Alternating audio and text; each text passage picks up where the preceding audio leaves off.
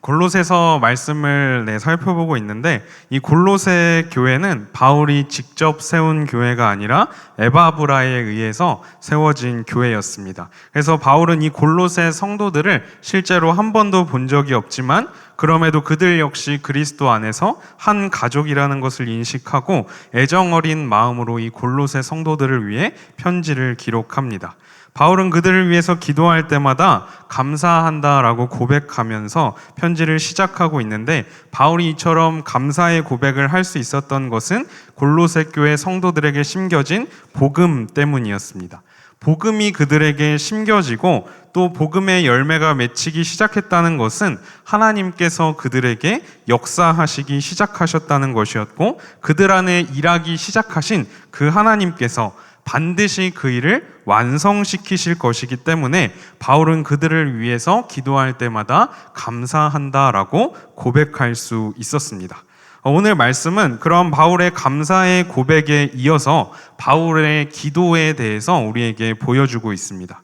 신앙생활에서 가장 중요한 두 축을 꼽으라고 한다면 말씀과 기도를 꼽을 수 있을 것입니다. 특별히 우리나라는 참 기도에 열심인 나라 중에 하나입니다. 요즘이야 물론 기도하는 것이 많이 약해졌다고는 하지만 그럼에도 한국 기독교 역사를 보게 되면 우리 민족이 기도에 얼마나 진심이었는지를 쉽게 살펴볼 수가 있습니다. 그래서 믿음의 선배들의 그러한 간절한 기도 위에서 우리나라와 또 한국의 교회가 세워졌다라고 해도 과언이 아닐 것입니다. 하지만 이러한 기도 속에서 분명한 문제점들이 나타난 부분도 확실하게 있습니다. 기도가 마치 무속신앙처럼 변질된 것입니다. 그래서 내가 원하는 것을 하나님께 기도하기만 하면 하나님께서 그것을 다 들어주셔야만 하고 그것이 마치 기도의 전부인 것처럼 생각하게 될 때가 있다는 것입니다. 그리스도인이라면 반드시 기도해야 합니다. 하지만 그냥 무작정 기도하는 것이 아니라 기도에 대해서 하나님의 말씀을 통해 배워야 합니다. 그렇지 않으면 하나님께서 기도를 통해서 우리에게 주시고자 하는 더 풍성한 그러한 복을 놓칠 수가 있습니다. 그렇기 때문에 예수님께서도 제자들에게 기도를 가르쳐 주셨습니다.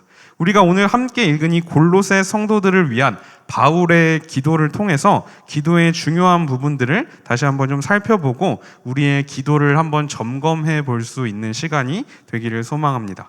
먼저 바울이 골로새 성도들을 위해서 기도하고 있는 것이 무엇일까요? 골로새 성도들이 계속해서 복음에 합당한 열매를 맺어가는 것입니다. 6절에서 바울은 골로새 성도들 안에 복음의 열매가 맺히기 시작했다라는 소식을 에바브라를 통해서 전해 듣게 됩니다. 그리고 그 사실에 대해서 감사하게 되죠.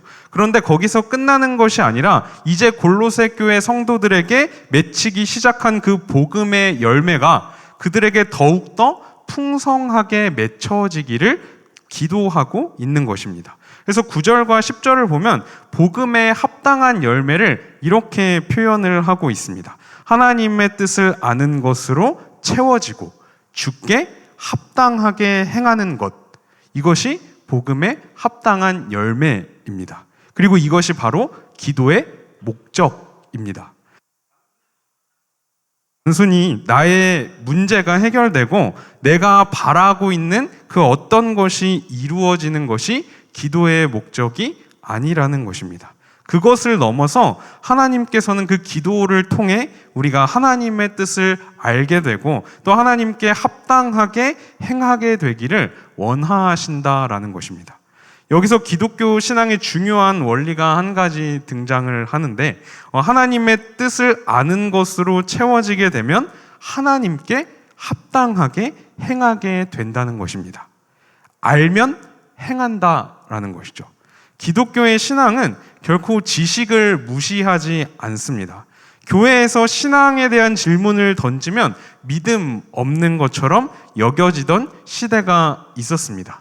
제가 어렸을 때만 하더라도 교회 안에 은연중에 이런 분위기가 있었던 것을 기억합니다. 그래서 무작정 믿으라고 하고 그냥 의문을 갖는 것을 죄악시하기도 했던 그러한 교회의 분위기가 있었던 시절이 있었습니다. 하지만 바른 신앙에는 반드시 바른 지식이 포함됩니다. 하나님에 대해서, 또 하나님의 말씀에 대해서, 하나님의 뜻에 대해서 바르게 알아야 한다는 것입니다. 집에 있는 저희 꼬맹이가 옹알이를 이제 폭풍 옹알이를 하기 시작했습니다. 계속 막 소리 지르고 막 옹알옹알 거리는데, 계속 막 뭐라고 옹알거리는데 아직까지 저의 내공이 많이 부족해가지고 뭐라고 하는지 알 수가 없습니다. 괜히 아빠라고 하는 것 같기도 하고. 네. 그래서 뭔가 이제 이 아이가 요구사항이 있으면 칭얼칭얼 막 대면서 이제 옹알거리는데 한참을 헤매다가 얘가 원하는 게 뭐였구나 하는 것을 발견하게 됩니다. 바르게 알아야 바르게 행할 수가 있습니다. 하지만 이 기독교 신앙은 단순히 지식만을 추구하는 신앙은 아닙니다. 그 지식은 우리의 마음과 또 우리의 삶을 움직이는 지식입니다. 하나님에 대한 바른 지식은 반드시 실천으로 이어진다는 것입니다.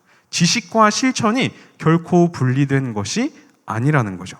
바울이 여러 서신서들을 기록하면서 자주 사용하는 편지의 구조가 있습니다.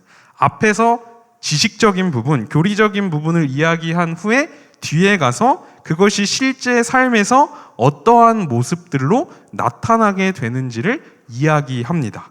우리가 함께 읽고 있는 이 골로새서에서도 이러한 구조가 나타나는 것을 볼 수 있습니다. 나중에 이제 3장부터 좀 다루게 될 텐데, 복음은 우리에게 새로운 인식을 심어줄 뿐만 아니라 우리가 새로운 삶을 살아가게 하는 하나님의 능력입니다. 특별히 바울은 10절부터 12절에서 복음에 합당한 열매가 무엇인지 조금 더 세분화해서 4가지로 표현을 하고 있습니다. 모든 선한 일에 열매를 맺는 것, 하나님을 아는 것에 자라가는 것, 하나님의 영광의 능력으로 강하게 되는 것, 하나님 아버지께 감사하는 것입니다. 이것이 복음에 합당한 열매들입니다. 이에 대한 실제적인 내용들은 골로새서 후반부에 등장을 하고 있기 때문에 그때 다루면서 조금 더 살펴보도록 하겠습니다. 핵심은 이러한 것들이 바로 복음에 합당한 열매라는 것입니다. 바울은 골로새 성도들이 이러한 복음의 열매를 계속해서 맺어가기를 기도하고 있습니다.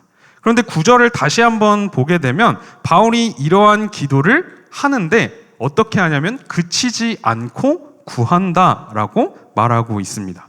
보통 우리의 기도를 생각해 보면 우리의 기도는 그치게 되는 순간들이 참 많습니다. 나에게 어떤 문제나 사건이 생기고 그것을 우리의 기도 제목으로 삼습니다.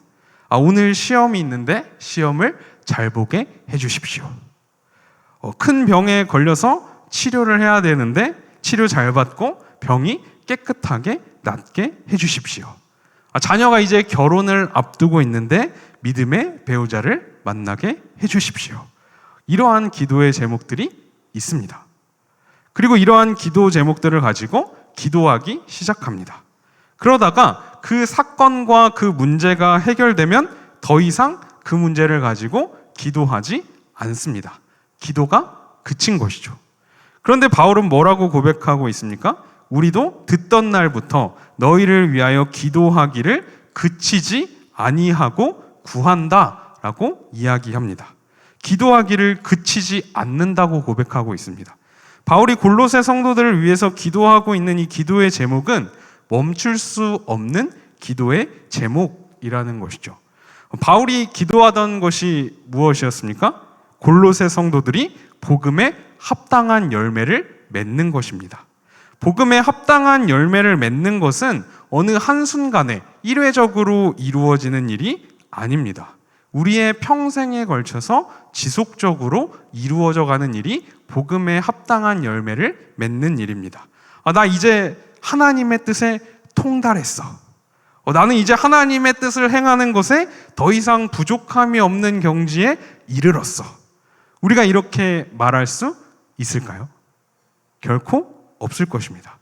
우리는 날마다 매 순간 하나님의 뜻을 구해야 하고 죽는 그 순간까지도 하나님의 뜻을 행할 수 있도록 도와주시기를 구해야 합니다. 그리스도인에게 일어나는 가장 큰 역사는 내가 어떠한 기적을 경험하고 또 어떠한 신비한 체험을 하게 되고 또 당장 내 눈앞에 있는 그 문제가 해결되는 것이 아닙니다. 하나님께서 우리에게, 그리스도인들에게 행하시는 가장 큰 역사는 내가 변하는 것입니다. 완악하고 고집스러운 내 마음이 부드러워지고 하나님의 말씀에는 관심도 없던 내가 어느새 하나님의 말씀을 사모하게 되고 하나님을 사랑하게 되는 것. 그래서 하나님의 그 신성한 성품에 참여하게 되고 어느새 하나님의 말씀에 순종하면서 예수님께서 우리에게 보여주셨던 그 길을 따라가게 되는 것이 바로 복음의 능력이고 하나님의 가장 큰 역사라는 것입니다. 하지만 우리는 현실적으로 월급이 오르면 좋겠다거나, 저도 간절히 바라는 제목인데요, 자녀들이 학교에서 1등은 아니지만 반에서 한 10등 정도는 그래도 했으면 좋겠다. 하나님께서 그렇게 역사해 주시면 좋겠다. 이런 것들을 바랄 때가 많습니다. 그동안 내가 앓고 있었던 그 고질병이 깨끗하게 치유되거나 아니면 내가 그토록 바라고 원했던 그러한 직장에 들어갈 수 있는 능력을 하나님께서 주시기를 바랍니다. 때로는 이러한 일들이 너무나 큰 일이어서, 엄청난 일이어서 하나님께서 혹 이 일이 너무 크기 때문에 이런 일들 가운데 역사하시지 않는구나, 이렇게 의심에 빠질 때도 참 많이 있습니다. 월급이 오르기를 기도해도 월급은 안 오른다는 거죠.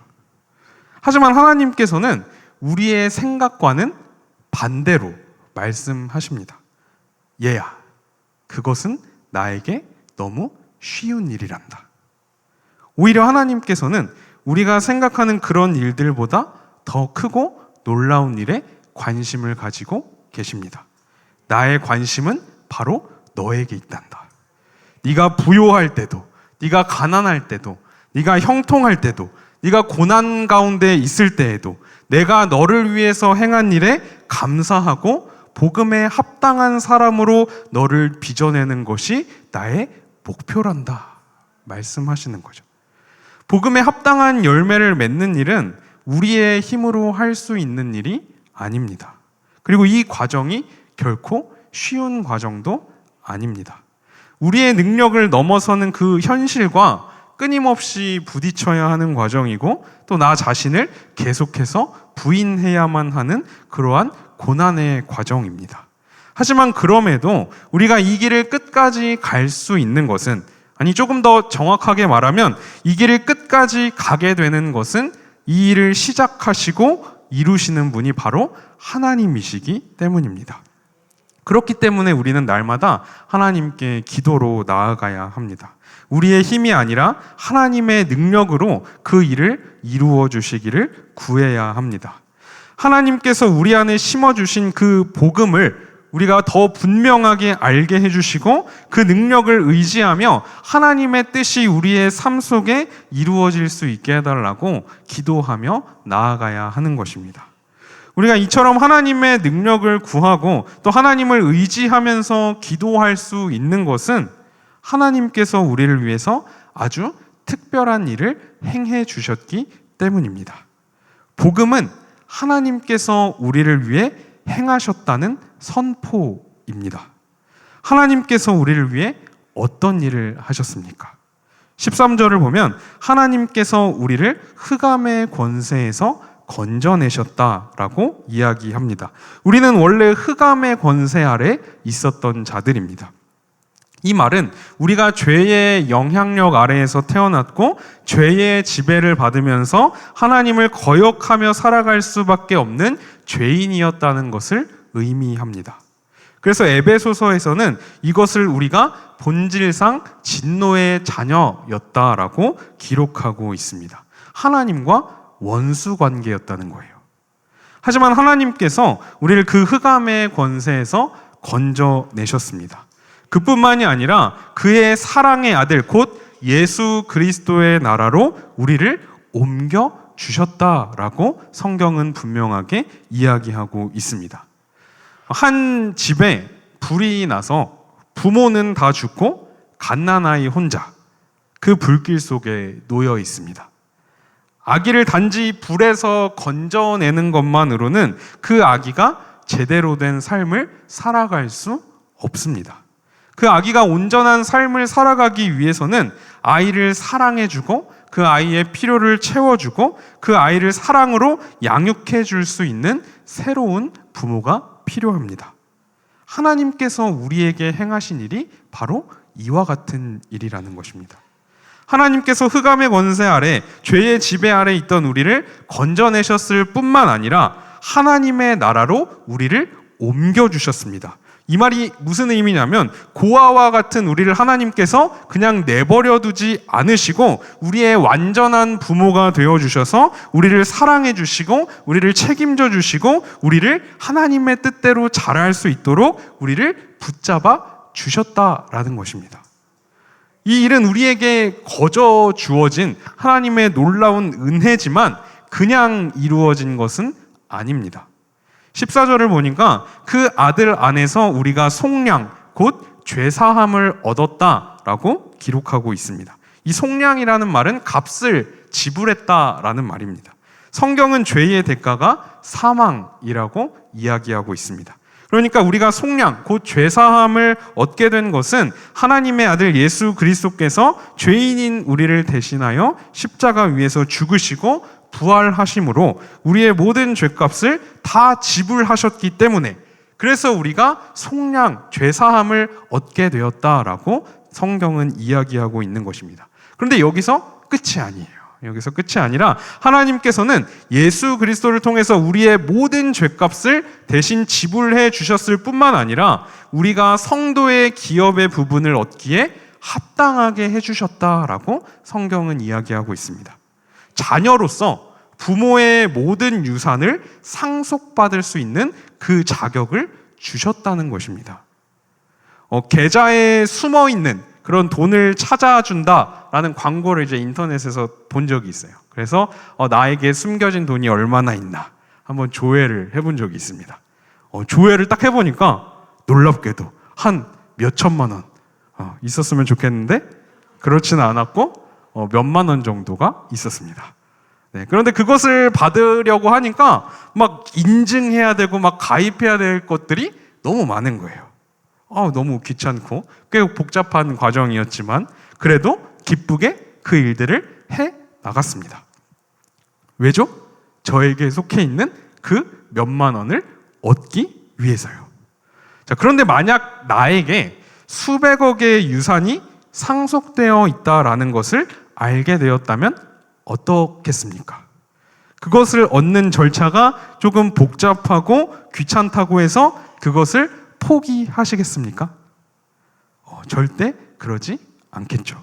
아무리 복잡하고 힘들어도 기쁜 마음으로 그러한 과정들을 밟아 나갈 것입니다. 왜죠? 그 힘든 과정보다 더 좋은 것이 기다리고 있기 때문입니다. 그런데 그리스도인에게는 이보다 더 큰 유산이 상속되어 있습니다. 우리는 그 유산이 무엇인지 그 유산이 얼마나 크고 놀라운 것인지를 알아야 합니다. 우리가 하나님께서 우리에게 상속하신 유산이 정말 무엇인지를 안다면 그 하나님께서 상속하신 유산이 얼마나 귀하고 좋은 것인지를 우리가 정말 알게 된다면 이 세상에서 붙잡으려고 애쓰고 있는 그러한 세상의 유산들로부터 자유로워질 수 있습니다. 어쩌면 우리가 하고 있는 기도가 그저 이 세상의 작은 것에 매여 있지는 않습니까? 하나님께서 우리에게 주시고자 하는 것은 훨씬 더 크고 놀라운 것인데 그것을 보지 못하고 당장 눈앞에 있는 것만을 보게 되는 것이 우리의 현실이지 않습니까? 우리 가정에 찾아오는 그 수많은 문제와 어려움들 앞에서 우리는 그 문제를 바라보느라 하나님의 더 큰 역사를 놓칠 때가 참 많이 있습니다. 하나님께서 그 문제를 통해서 그 어려움을 통해서 우리가 복음에 합당한 열매를 맺을 수 있도록 역사하고 계신데도 불구하고 그것을 발견하지 못한 채로 지나칠 때가 많다는 것이죠. 결혼을 준비하면서 이제 보통 결혼을 준비할 때가 막 제일 행복하다 이런 이야기들을 하는데 결혼을 제가 준비하면서 그 결혼을 준비하는 그 시간이 저에게는 참 힘들고 어려운 시간이었습니다. 그리고 그 기간이 생각보다 꽤 길어지면서 매일 좌절하고 낙심하는 시간들이 있었습니다. 당장에 저의 앞에 놓여있는 그 문제가 너무나 크게 느껴져서 아무것도 할 수 없을 것 같은 그런 절망의 시간을 보내기도 했었습니다. 그런데 시간이 지나고 그 과정을 돌아보니까 그 시간만큼 제가 예수님에 대해서 깊이 생각한 적이 없었습니다.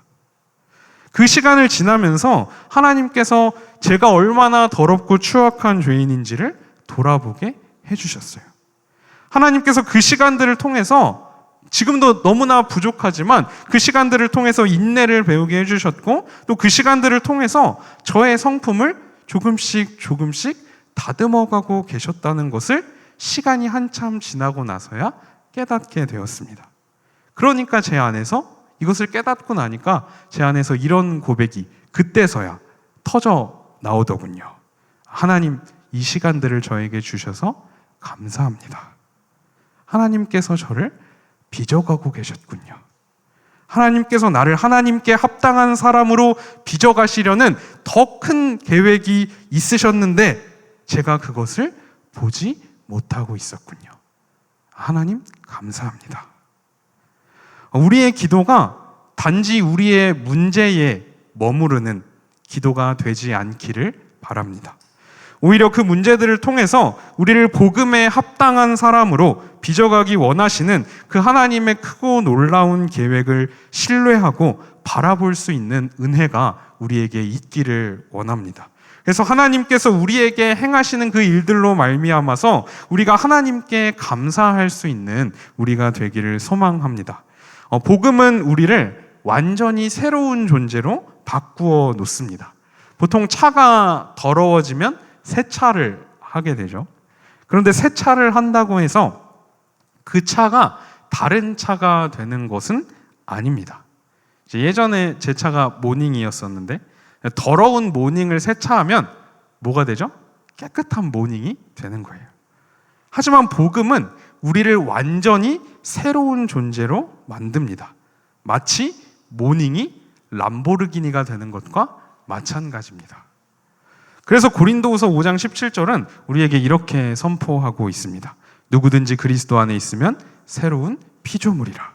이전 것은 지나갔으니 보라 새 것이 되었도다. 하나님께서는 우리를 위해 예수 그리스도를 보내주셨습니다. 하나님께서는 우리가 예수 그리스도 곧 복음을 받아들이도록 우리 가운데 역사하셨습니다.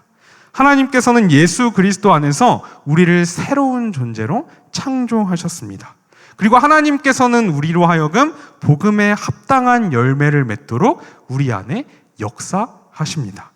성경은 우리에게 끊임없이 하나님께서 우리에게 행하신 일을 선포하고 있습니다. 하나님께서 행하셨고 하나님께서 지금도 행하고 계시고 하나님께서 앞으로도 행하실 것이라는 것을 선포하고 있습니다. 그렇기 때문에 성도의 삶은 감사와 찬양의 삶일 수밖에 없습니다. 실제로 우리가 14절까지 말씀을 읽었는데 이어지는 15절부터는 예수 그리스도에 대한 찬양의 고백입니다. 다음번에 살펴보겠지만 이렇게 우리의 성도의 삶은 감사와 찬양의 삶일 수밖에 없습니다. 우리에게 하나님께서 이루신 그 구원의 역사와 복음의 능력을 우리가 정말 알게 된다면 이 모든 일을 하나님께서 시작하셨고 하나님께서 반드시 완성시키실 것이라는 사실을 우리가 정말 알게 된다면 우리는 그치지 않고 하나님께 날마다 매 순간 기도하게 될 것입니다.